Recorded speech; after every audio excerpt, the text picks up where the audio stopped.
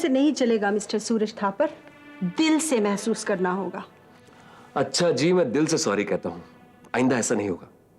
ठीक है, अगर तुमने दोबारा ऐसा किया तो मैं तुम्हें तलाक दे दूंगी।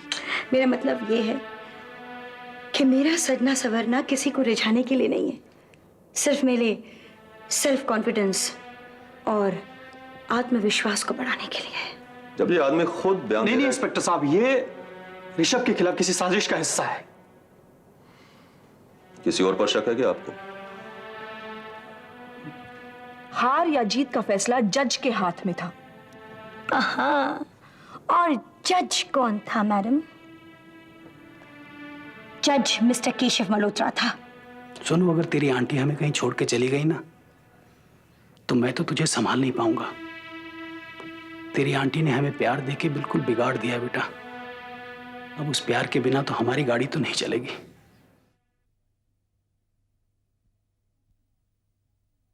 उस रात को या मेरी मौत हो जाती या होश आने पर अपने आप को मैं मार डालती, लेकिन उस बेहोशी के आलम में एक डॉक्टर मेरी जिंदगी में आया। उसने अपने प्यार से और अपने दवाओं से मेरा इलाज करना शुरू कर दिया। वो डॉक्टर जिंदगी में अकेला था और मुझसे उम्र में दुगना। उसने मुझे ठीक करने का मकसद बना लिया। मेरे पांव कटने की नौबत आ गई थी, लेकिन वो उसने होने नहीं दिया। उसने मेरा इलाज करना शुरू कर दिया और इस इलाज के दौरान मेरे छोटे भाई की मौत हो गई। एक हाथों वो मेरे भाई का दाह संस्कार करके आया और दूसरे हाथों अपने खर्चे पे मुझे ट्रीटमेंट के लिए अमेरिका ले गया। अमेरिका में मेरे पाँव में स्टील रॉड डाली गई। इस वजह से मेरे पाँव नहीं काटे गए, लेकिन जिस दिन मैं अपने पाँव पर पहली बार खड़ी हुई, उस दिन मेरे दिल में तुम्हारे लिए सिर्फ नफरत थी और नफरत पलने लगी। अमेरिका से बॉम्बे की दूरी और मेरे पति के प्यार ने तुम्हारे नफरत को पानी डालना शुरू कर दिया। लेकिन सिर्फ 6 महीने पहले जब उनका देहांत हुआ, तो फिर मैं जिंदगी में अकेली हो गई और उस अकेलेपन ने वो 10 साल पुराना घाव फिर याद दिला दिया और सपने बनकर मेरा मजाक उड़ाने लगे वो घाव। मैं क्या थी और मैं क्या बन गई, सिर्फ तुम्हारी वजह से। मुझे बहुत अफसोस हुआ ये सब सुनकर, लेकिन इस सब के लिए तुम मुझे क्यों दोषी ठहरा रही हो? स्वेतलाना एक आम औरत का नाम है, तो मुझे अपनी किस्मत क्यों बना रही हो? ये सब जो हुआ उसे बदकिस्मती कहते हैं, और आगे भी जो कुछ होने वाला है उसे तुम अपनी बदकिस्मती समझना।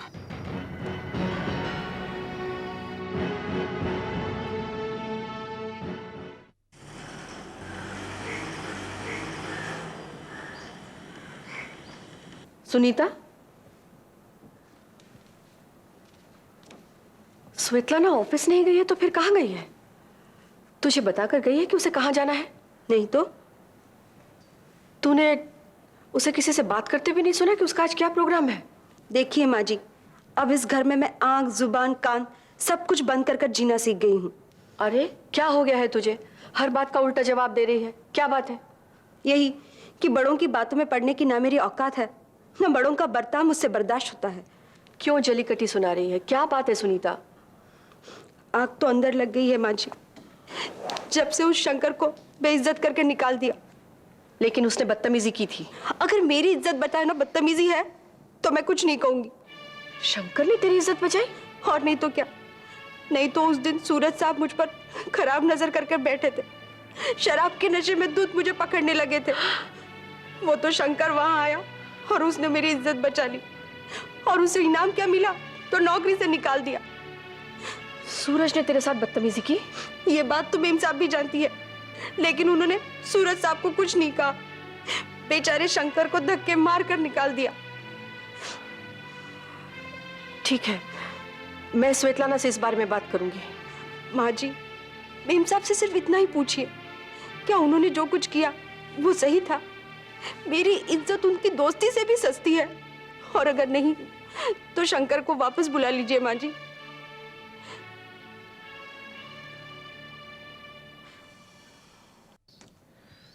Svetlana Fashions Limited, issue open on 1st Jan. देखा? हाँ देखा है। मायूस होने के लिए तो नहीं दिखाया था। करण, मैं किसी भी दुश्मन की तरक्की बर्दाश्त कर सकती हूँ, लेकिन स्वेतलाना की तरक्की या खुशी कभी बर्दाश्त नहीं। स्वेतलाना आज तो बहुत खुश होगी, लेकिन वो ये नहीं जानती कि एक मातम भेस बदल के उसके घर में घुस चुका है। आने वाले दिन उसे बहुत रुलाएंगे। हम कब से इस कमरे में बैठ के स्वेतलाना की बर्बादी की बातें कर रहे हैं, लेकिन अब ऐसा लगता है कि वो सब एक सपना है। स्वेतलाना की ये कामयाबी उसके अपने दम पे नहीं है, उसे आबाद किया जा रहा है, क्योंकि आने वाले दिनों में उसे बहुत दुख देखने होंगे। उसके हर आंसू में दर्द होगा। कहीं ऐसा ना हो कि स्वेतलाना की आंखों से बहने वाले आंसू मेरी आंखों से बहे। कैसी बातें करती हैं आप माँ? मेरी नजर से देखना बेटा, ना जाने स्वेतलाना मेरी जिंदगी में कब आई और कब्जा कर बैठी, और मैं कुछ भी नहीं कर सकी। पहले उसने केशव को अपनी कठपुतली बनाया, फिर चेयरपर्सन बनी, और अब मल्होत्रा इंडस्ट्रीज पे अपना आसन जमा के बैठी है, और मैं फिर भी कुछ नहीं कर सकी। बिजनेस सर्कल्स में स्वेतलाना की वाह वाह हो रही है, और मैं दिन ब दिन गुमनाम होती जा रही हूं। स्वेतलाना की ये ऊंची इमारत बिना किसी बुनियाद की है। जब आदमी पहली मंजिल से गिरता है तो उसकी सिर्फ हड्डियां टूटती हैं, लेकिन जब इतनी ऊंची इमारत पांव तले खिसक जाती है तो इंसान वहीं कहीं बीच में हवा में दम तोड़ देता है। आई डोंट नो, मुझे तो ये लगता है कि ये सब दिल को बहलाने के लिए है। हर लंबी जंग में कहीं ना कहीं बीच में धीरज टूट जाता है ना? इसमें वक्त इसलिए लग रहा है क्योंकि मैं स्वेतलाना की कब्र इतनी गहरी खोदना चाहता हूं कि आपके सारे दुखों की वसूली हो जाए।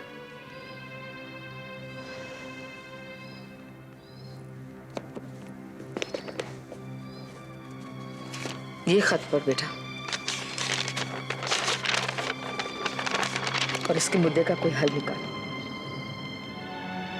मैं जानता हूं तुम केशव मल्होत्रा और सुधाकर राव के कातिल हो, तुम बच नहीं पाओगे। जब से मुझे ये खत मिला है ना, मेरा दिल बैठे जा रहा है। सच करण, मैं बहुत डर गई हूं। मेरे होते आपको डरने की जरूरत नहीं है। लेकिन ये चिट्ठी लिखी किसने है? हमारा दुश्मन कौन हो सकता है? ये स्वेतलाना की हरकत तो नहीं है। स्वेतलाना को अपनी कामयाबियों से फुर्सत ही नहीं है। मुझे तो ऐसा लगने लगा है कि वो शायद केशव को भी भूल गई। नहीं नहीं नहीं, ये काम स्वेतलाना का नहीं है। ये काम स्वेतलाना का नहीं है। तो किसका है? ये आई नो ये किसका है। आई नो ये किसका है।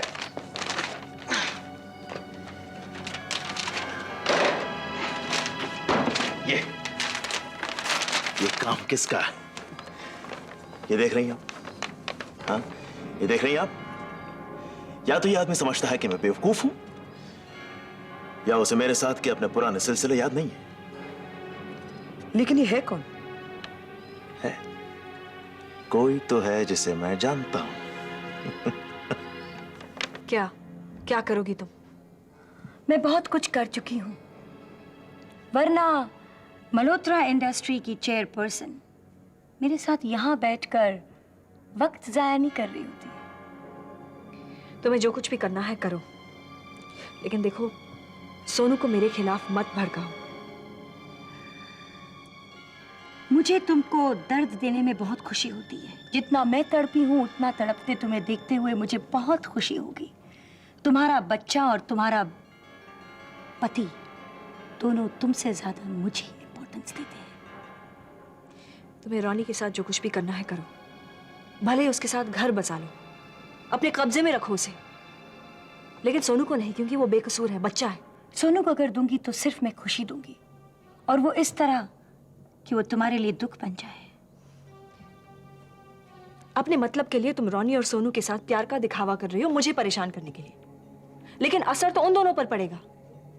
क्यों तुम मुझे नुकसान पहुंचाने के लिए उनका इस्तेमाल कर रही हो? उस इस्तेमाल की मैं कीमत भी तो दे रही हूं, उन्हें सच्चा प्यार देकर। यकीन मानो स्वेतलाना, तुम्हें गिड़गिड़ाते हुए देखकर और तुम्हें भीख मांगते हुए देखकर मुझे बेहद सुकून महसूस हो रहा है।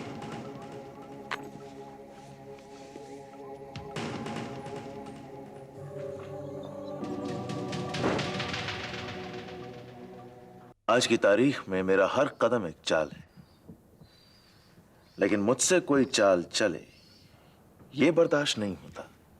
लेकिन अभी तो तुम कह रहे थे कि तुम जानते हो ये खत किसने लिखा है, और तुम्हारे पुराने ताल्लुकात भी थे।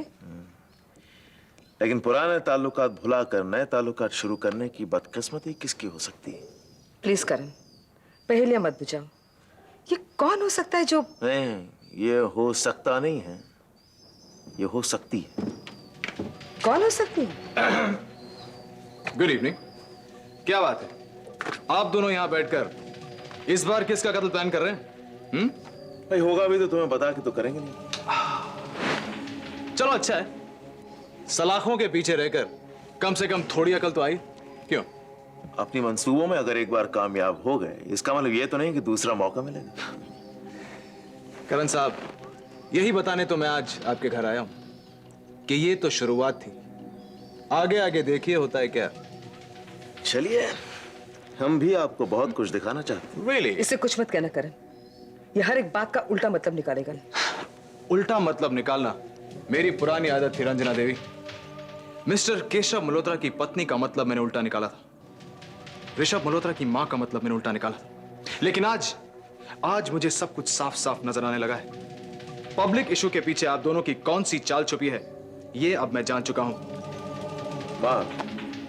भाई एक बात तो आप मान ले कि आपने एक बेटा उल्टे दिमाग का पैदा किया है। अब आपको इसकी कोई बात बुरी नहीं लगेगी, वरना कोई अपनी मां से इस तरह... मां करण, इस मां शब्द का इस्तेमाल करना तुम्हारा शौक है नहीं, लेकिन ये शौक तुम अपने तक ही रखो तो बेहतर होगा, क्योंकि मेरे लिए ये औरत एक सरोगेट मदर से ज्यादा और कुछ नहीं है। क्या बकवास कर रहे हो तुम? क्या तुम ये कहना चाहते हो कि तुम्हारे बाप ने मुझे कीमत दी थी तुम्हें पैदा करने की? कीमत, और इतनी कीमत कि आज तक आप और आपका ये नाजायज बेटा उस दौलत पर ऐश कर रहे हैं।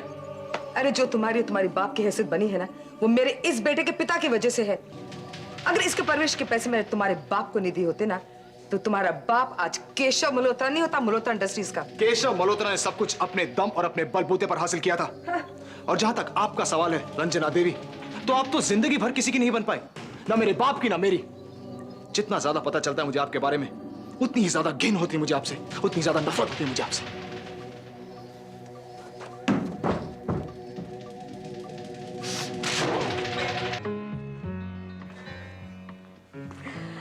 थैंक्स सुनील।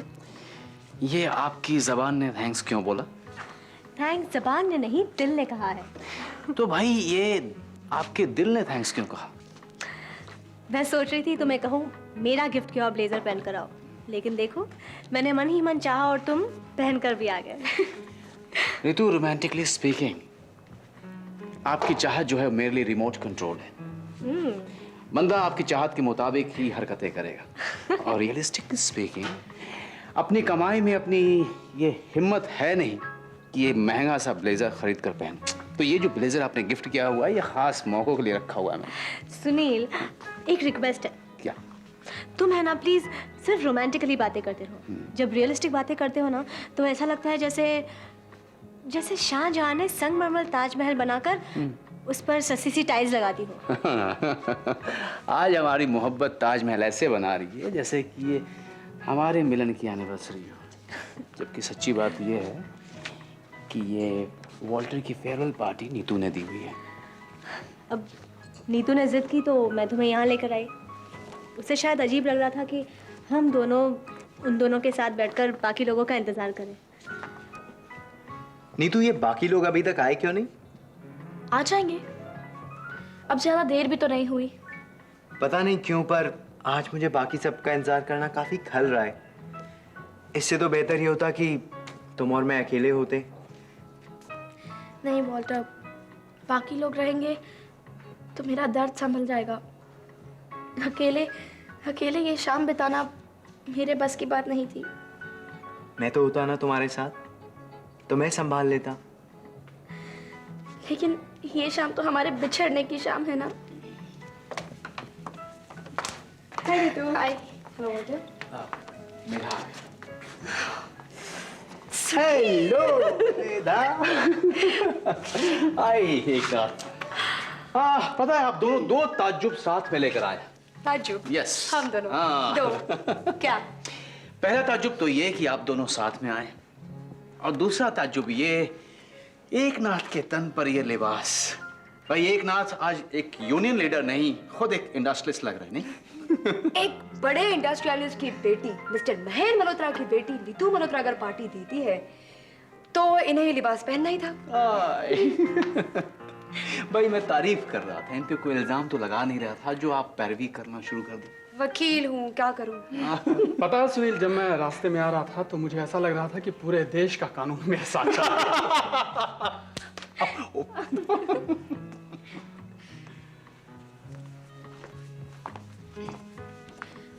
हाय ऋतु। हाय नीतू। चलो। मेधा। पता है। पता है।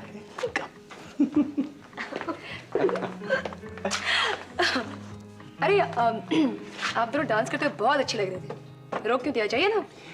अब बारी है डांस करने की उन लोगों की जो सबसे ज्यादा खामोश है, वॉल्टर और नीतू। नहीं नहीं, हम यहाँ बैठकर बाकी क्या हो ना नीतू, हम लोग हैं ना यहाँ पर। Come on come on Walter.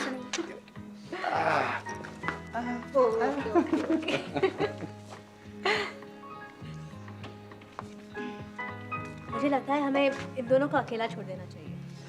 हाँ, इन्हें हमारे सहारे की जरूरत है ऋतु।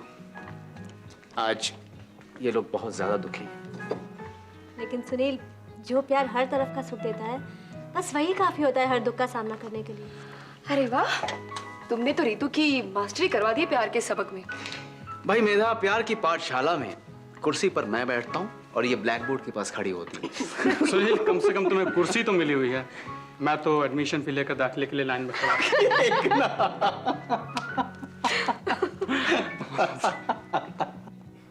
नीतू प्लीज रो मत।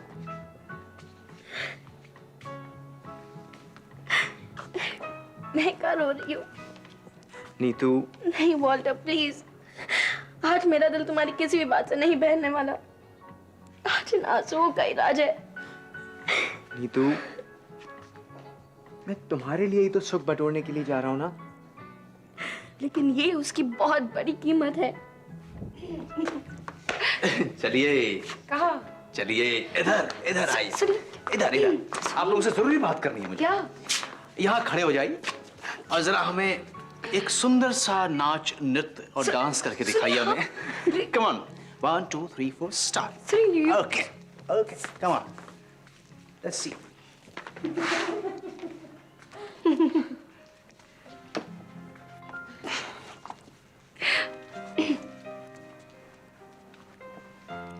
सुनील से बचकर रहना, बड़ा खतरनाक आदमी है। खतरनाक? क्यों? हर बात समझना जरूरी नहीं है, सुन लेना ही काफी है। क्या? I love you.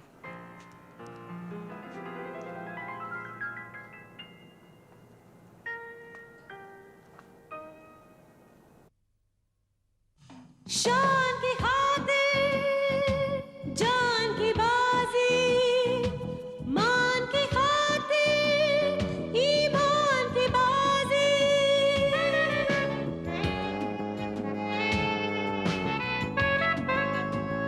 इंसान की खातिर भगवान